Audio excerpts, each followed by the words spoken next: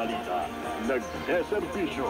Ito po ang Teleradyo Serbisyo at Radyo 630. Ang nabikinig, nagmamahal sa lahat ng Pilipino. Teleradyo Serbisyo, dito tayo nagtutulungan. Ito ang puntahan ng bayan. Ito ang puntahan ng bayan. Ito ang puntahan ng bayan. Ito ang puntahan ng bayan.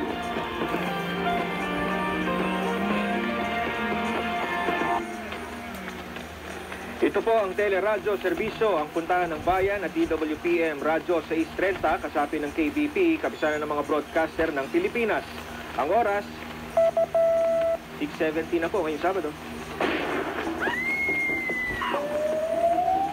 Sa bawat kaso, mahalaga ang mga ebidensya. Sa bawat krimen, may mga anggulong tinututukan. Tutok na at samahan ng Spot Report Team para alamin, siyasatin at hanapin ang katotohanan sa likod ng mga kaso at krimen na kailangang lutasin. Walang palalampasing detalye ang nakatala sa Spot Report. Magandang gabi kaserbisyo. Ako po si Jeff Caparas at kayo nakatutok sa Spot Report, ha? Kanina tinanong ako ni Direk Jason Jock, no? Nagkatrangkaso na ba lahat? Wala pa naman dito sa... Pero ako po ay tinamaan noong nakaraang linggo. Salamat po kay Tito Robert Mano sa paghalili sa akin noong nakaraang Sabado, ha? Kaya mga kaserbisyo, ingat-ingat po, ha? Kung kaya ay magmask pa rin dahil pabago-bago po ang panahon para makaiwas tayo sa mga sakit, ha? Eto, lahat po ba nakapanood na o nabalitaan nyo na po ba yung nangyari dyan sa Las Piñas, ha? Nitong Biyernes, eto, nadiskubre yung inakala na nangangamoy na bangkay dyan sa trunk ng isang inabandonang kotse. Yun naman pala ay lechon na pasalubong dapat sa misis nung driver mismo nung sasakyan na yan. Ang kwento ho dyan, mga kaserbisyo, dapat iuuwi yan nung driver nung puting kotse na yan sa kanyang misis dahil paborito daw nung misis yung lechon, eh. So nakakuha galing ng handaan, iuuwi dapat. Nangyari, nung siya ipapasok dyan sa isang subdivision, dyan sa Talondos, sa Las Piñas nga po, hinarang siya ng mga guard dahil walang sticker, mahigpit ho dyan, eh. Sa mga dumadaan ho dyan, talagang mahigpit ho dyan.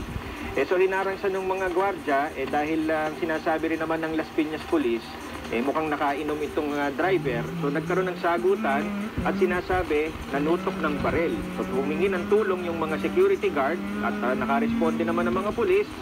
Inaresto yung driver. Naiwan tuloy yung sasakyan, pati yung lechon, pati yung isang ulam dyan, ano? Pero ang sabi naman ng misis, wala namang nangyaring tutukan ng barel dahil naandun daw sa harapan na upuan yung barel nung kanyang mister at nagkaayos na sila. Nito rin Biyernes dahil nag-file ng inurong, sa madaling salita, inurong nung gwardya yung reklamo laban doon sa kanyang mister. Dahil ang sabi ng misis, matagal na silang taga dyan at sila'y kilala ng ilang mga gwardya at mukhang bago yung gwardya na nangharang sa kanyang mister.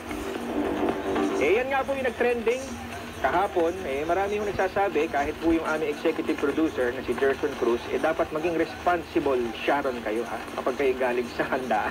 Isipin ninyo yan. Kita nyo, nangamoy? Di nataranta ang buong komunidad dyan sa Talondos, lalo na dyan sa subdivision na yan, ha? So, naayos naman, ha? So, nagkaayos na sila. Good job, good job. Ito po, ha? Doon sa mga pupunta sa concert dyan, ako, nakakaingit po kayo dyan sa Philippine Arena, dyan sa Bulacan, ha? Nasa linya na po ng ating telepono para kamustahin yung traffic dyan. Si Sir Robin Ignacio ng NLEX Traffic Operation Senior Manager. Hi, Sir Robin! Long time no here. Kamusta po kayo? Jeff Caparas po ito. Kayo po yung nasa Spot Report. Hello po. Magandang gabi po.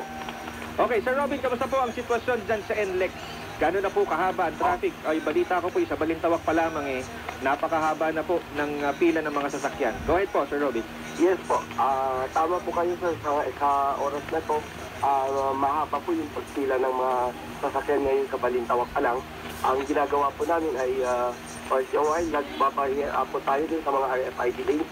Kaya mabilis po yung pasok. So after po ng Balintawak Toll Plaza, doon po sa merging ng mga traffic galing po Mindanao, Karawatan at saka dito sa Balintawak Toll Plaza ay meron po tayong slow moving po hanggang actually Marilao area na po ito. Kung saan po ay marami pa rin po pumapasok dito sa Ciudad de Victoria. At ito po ay yung mga manonood po ng concert. Okay, Sir Robin, kung ikukumpara nyo kahapon, dahil ito yung pangalawang araw na nung concert nung banda no? So kung ikukumpara nyo kahapon, usually gaano po katagal na yung ganyang lagay ng trapiko dyan po sa Balintawak? Opo, halos yung situation po ng traffic po natin is kagaya po nung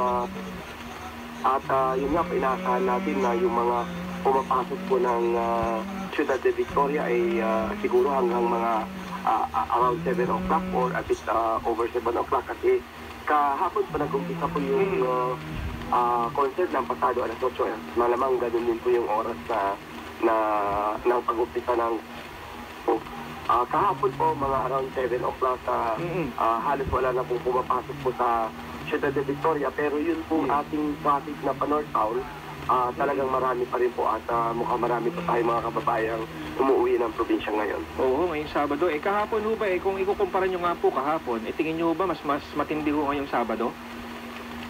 Sa tingin po namin halos pareho po sir. Kasi aabot po yun hanggang mamayang gabi maging doon sa paglabasa naman po ng mga manunood, maaaring marami pa rin po tayong mga sasakyan na bumabiyahe din pong panorte. So yung labasan ho, kung ikukumparin ho kahapon, anong oras ho yung labasan, Sir Robin? Opo, kahapon po, mga 10:15, meron na po pa isa-isang lumalabas po galing ng Ciudad de Victoria. Mga 10:30 po, yun po yung talagang tapos na po yung concert at talagang tagsa na po yung lumalabas sa Ciudad de Victoria at naubos po ito mga bandang mga 1:30 na po ng madaling araw. Matindi po, no? Mga 3 oras din po yun, ano? Hello, Sir Robin? Hello po? Opo, sa mga 3 oras din po yun, no? Paglabas sila ng mga bandang alas 10, kung inabot ho ng hanggang alauna, so mga 3 oras ho na talagang mabigat ho ang dali. Opo, tama po, halos sa 3 oras po kasi talagang napakarami pong nanood at yun nga po ang aming napag-alaman po din sa organizer sold out po talaga yung tickets, ano po. So ngayon, noon pa man din. So ngayon Sir Robin, kung halimbawa ikaw ay galing dito sa Maynila, dito ka manggagaling at panorte ka, so hindi nyo po ina-advise na sumabay ngayong mga oras na to dahil ang sabi nyo po, mga hanggang alas 8, dyan huhupa, ano, pag nagsimula na yung concert? Opo, tama po. Mga siguro bago mag-alas 8, medyo luluwag po konti. So, pwede po nilang i-take yung opportunity na mag-travel po, ano po, yung mga papuntang probinsya hanggang alas 10 po siguro. Kung saan,